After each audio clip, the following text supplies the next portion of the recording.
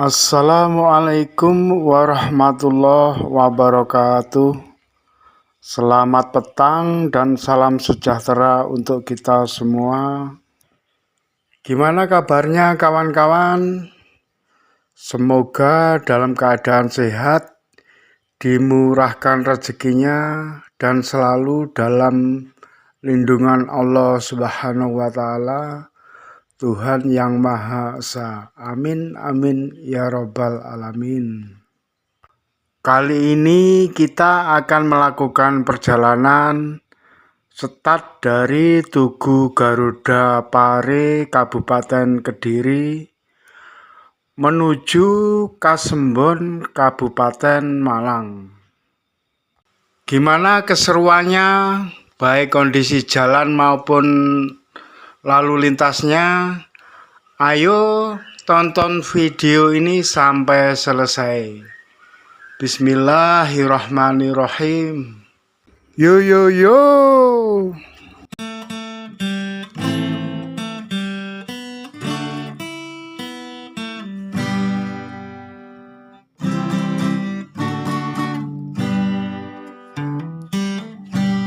Waya sore aku mlaku karo kancane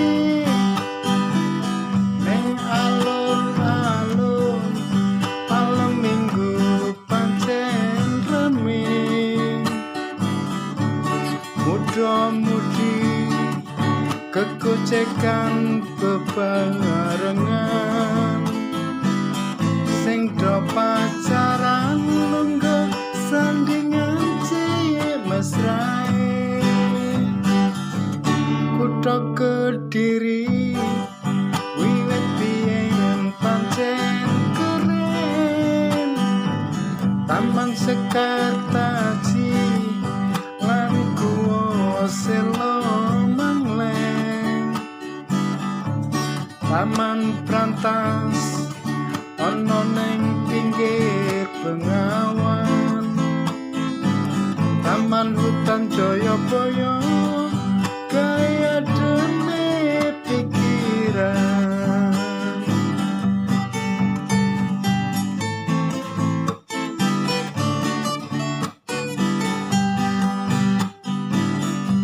Taman Sumber Pandai, wisata sumber Cakarsi, Taman Balerang, Taman Krasek lan Surya Taman, Taman Bahagia, Taman Wisata Suwargo,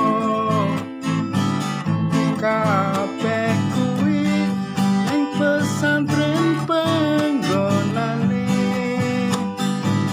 Museum Erlangga, kebun bunga matahari, Agro Lembah Tretes, wisata view 138, Gunung Kloto lan Gunung Mas Kumambang, kabeh kuwi ana ning Mojokerto.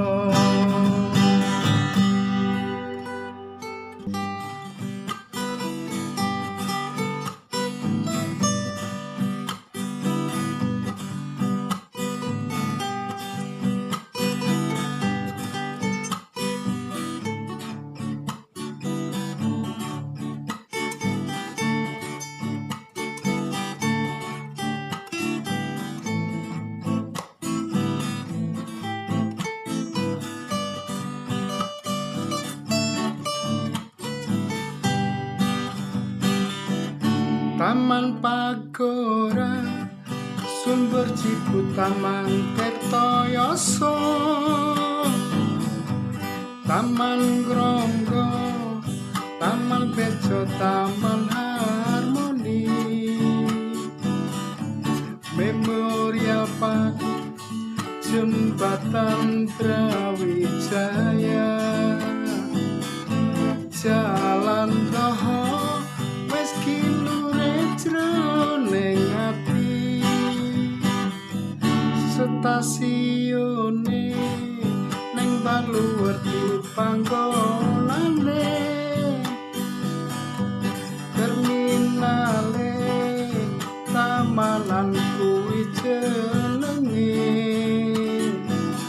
Setono Pethek pasar tradisionale Stadion Brawijaya kandange macan putih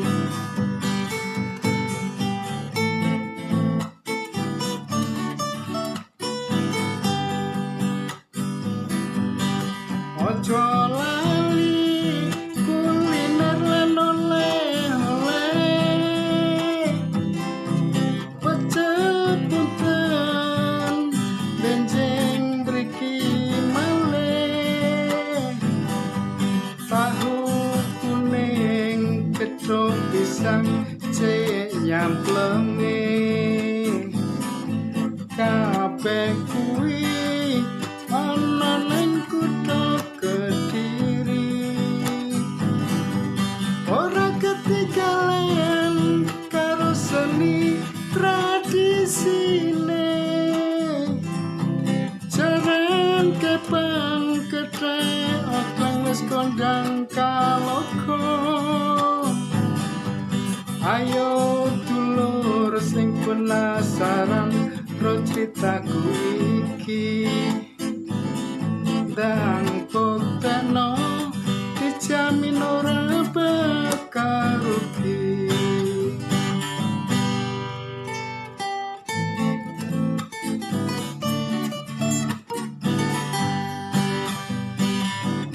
Kutha Kediri wiwit biyen pancen keren Taman Sekartasi lan Guwa Sela Mangleng Taman Brantas ana ning pinggir Bengawan Taman Hutan Jayabaya kaya demi pikiran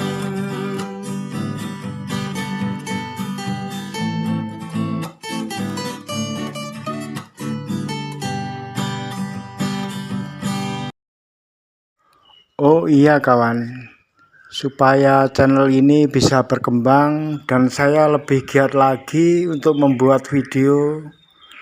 Kalau kalian suka dengan video ini, tolong like, share, subscribe.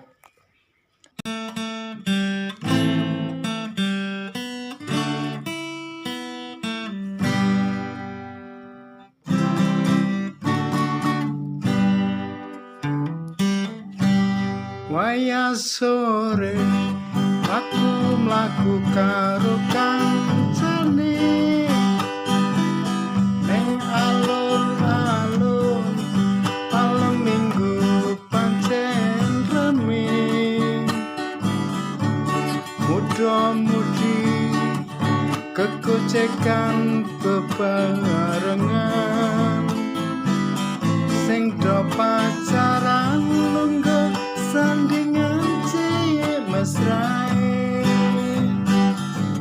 Kutha Kediri wiwit biyen pancen keren Taman Sekartasi lan Guwa Sela Mangleng Taman Brantas ana ning pinggir Bengawan Taman Hutan Jayabaya kaya demi pikiran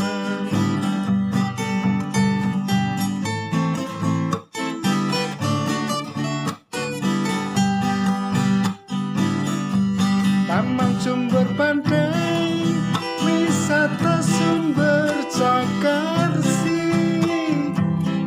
Taman Balerang Taman Krasek lan Surya Taman Taman Bahagia Taman Wisata Suwargo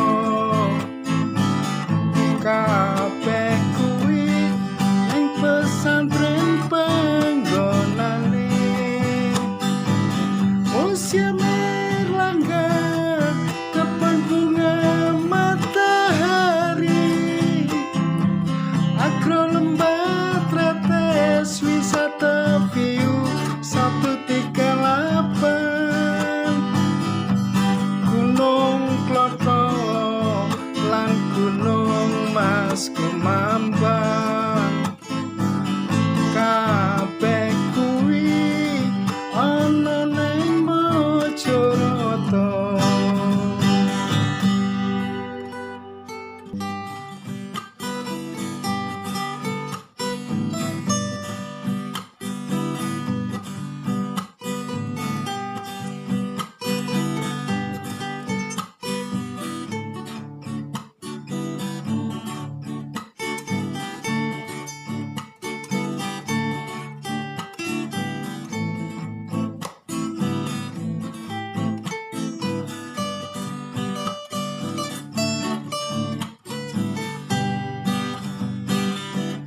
Taman Pagora, Sumber Ciput, Taman Tirtayasa,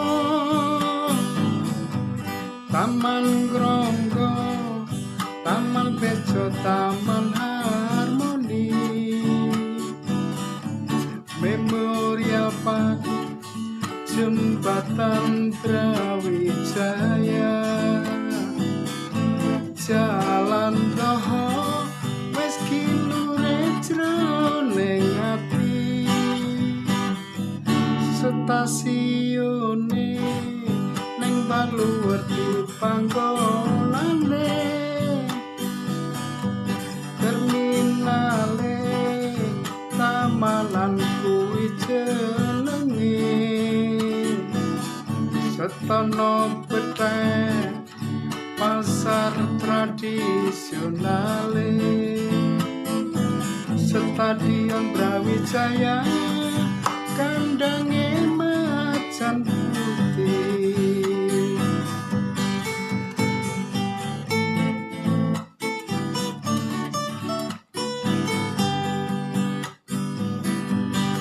Ojo lali kuliner lan oleh-oleh, pecel punten benjing mriki malih, tahu kuning gedhog pisang cek nyamplenge, kabeh kuwi ana ning kutha Kediri. Ora ketinggalan karo seni tradisine, jaran kepang kethek okang wis kondang kaloka. Ayo dulur sing penasaran ro critaku iki, dan konteno dijamin ora bakal rugi.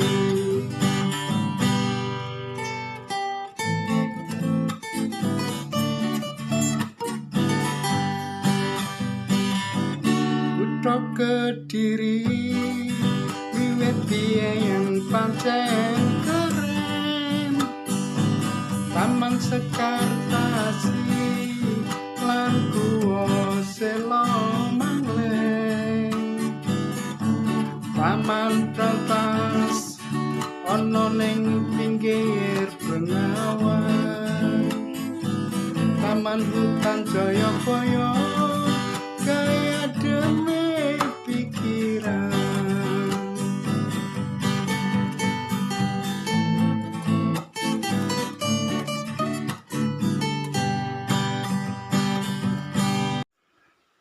Oh iya, kalau kawan-kawan membutuhkan informasi tentang akses ke pantai-pantai di Kabupaten Malang, Blitar, Tulungagung, dan Trenggalek, kawan-kawan bisa lihat video-video yang lain di channel ini.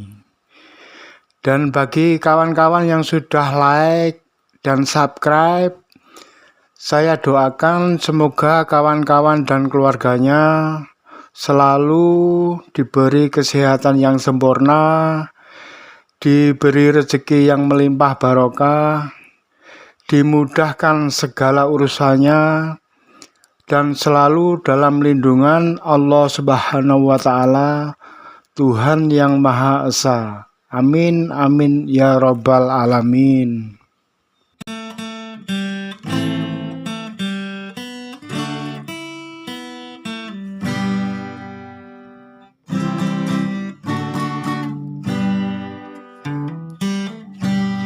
wayah sore aku mlaku karo kancane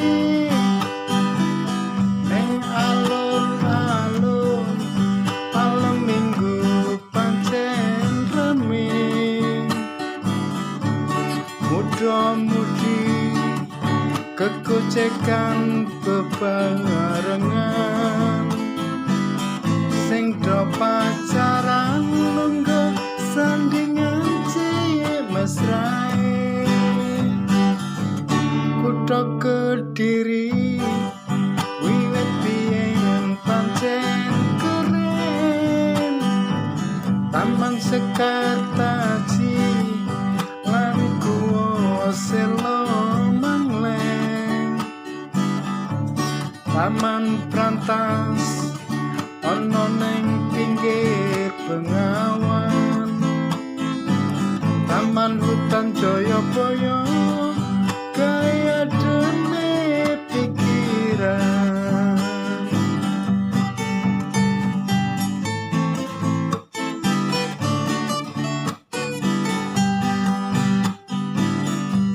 Taman Sumber Pandai wisata sumber Cakarsi Taman Balerang Taman Krasek lan Surya Taman Bahagia Taman Wisata Suwargo kabeh kuwi ning pesantren panggonane Museum Erlangga kebun bunga matahari Agro Lembah Tretes wisata view 138 Gunung Kloto lan Gunung Mas Kumambang kabeh kuwi ana ning Mojokerto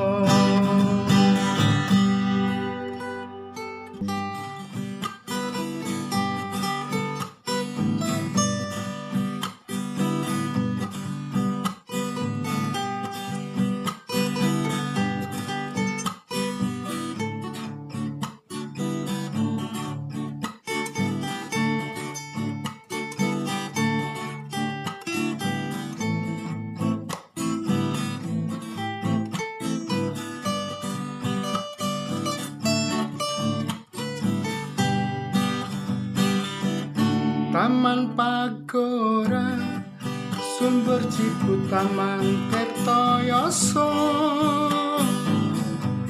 Taman Gronggo Taman Bejo Taman Harmoni Memorial Park Jembatan Brawijaya Jalan Roho wis kilure jroning ati stasiune ning Baluwerti panggonane terminale tamanan kuwi jenenge Setono Petek pasar tradisionale Stadion Brawijaya kandange macan putih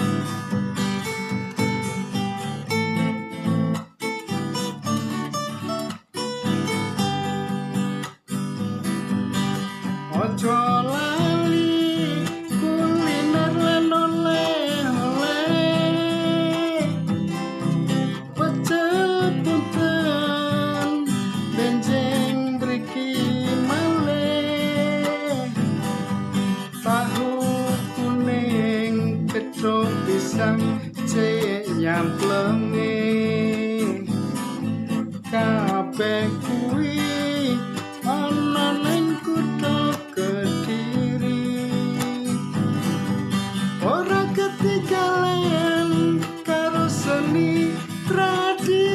sine Jaren kepang ketre Okang wis kondang kalogo Ayo dulur sing penasaran ro critaku iki Dan bukteno dijamin ora bakal rugi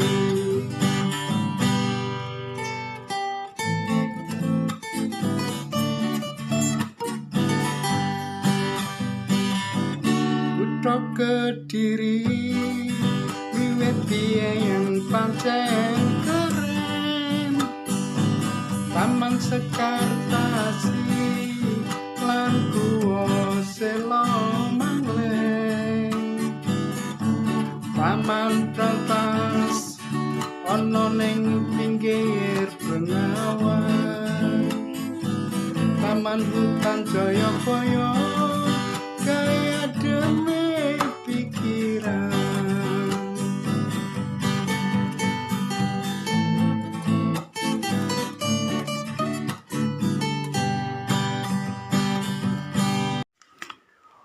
Oh iya kawan-kawan, mudah-mudahan video ini bermanfaat, dapat menghibur atau bisa buat referensi kawan-kawan untuk healing atau jalan-jalan bersama orang tersayang atau sekedar escape atau lari dari rutinitas kantor atau pekerjaan lain biar pikiran kembali fresh lagi.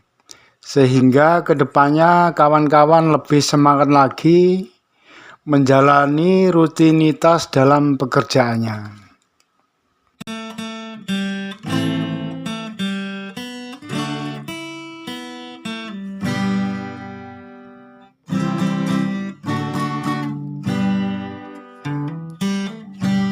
Waya sore aku mlaku karo kancane ning alun-alun malam minggu pancen rame muda-mudi kegocekan bebarengan sing do pacaran lungguh sandingan cilik mesrae Kutha Kediri wiwit biyen pancen keren Taman Sekartasi lan Guwa Sela Mangleng Taman Brantas ana ning pinggir Bengawan Taman Hutan Jayabaya kaya demi pikiran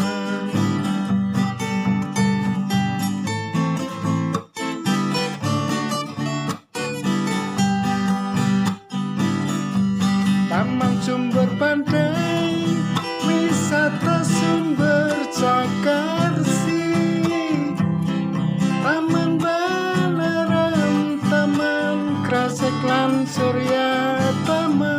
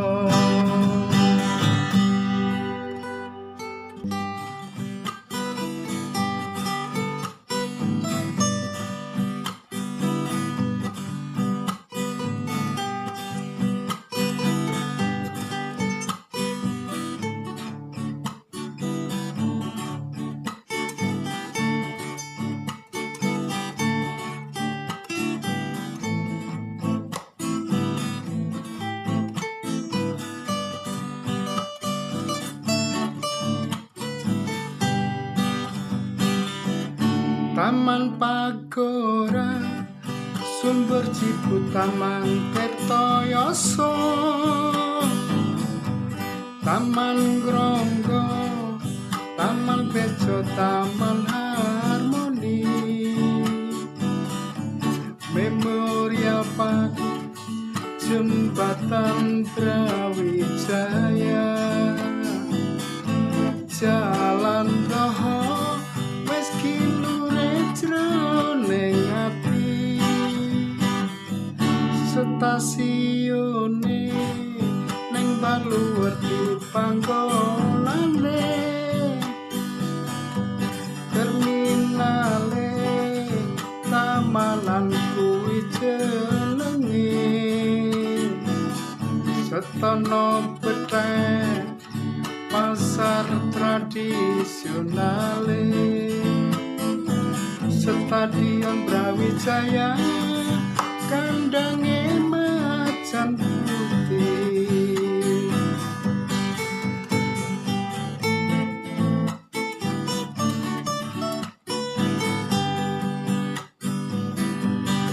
Ojo lali kuliner lan oleh-oleh, pecel punten benjing mriki malih, tahu kuning gedhog pisang cek nyamplenge,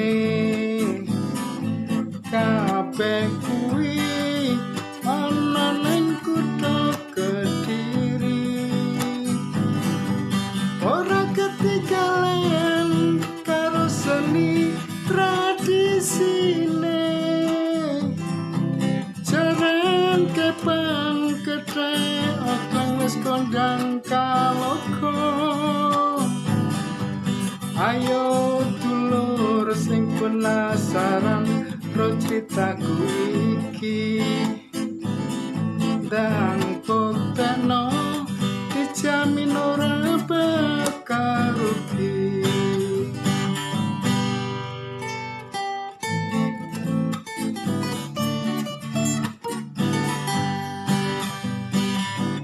Kutha Kediri wiwit biyen pancen keren, Taman Sekartasi lan Guwa Sela Mangleng, Taman Brantas ana ning pinggir Bengawan, Taman Hutan Jayabaya kaya demi pikiran.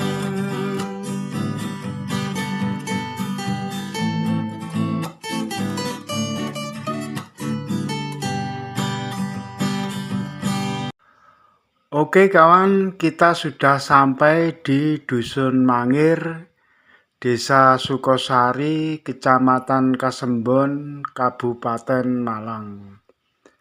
Terima kasih sudah menonton.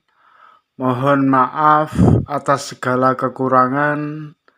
Salam sehat, tetap semangat, dan jangan lupa bahagia. Wassalamualaikum warahmatullahi wabarakatuh.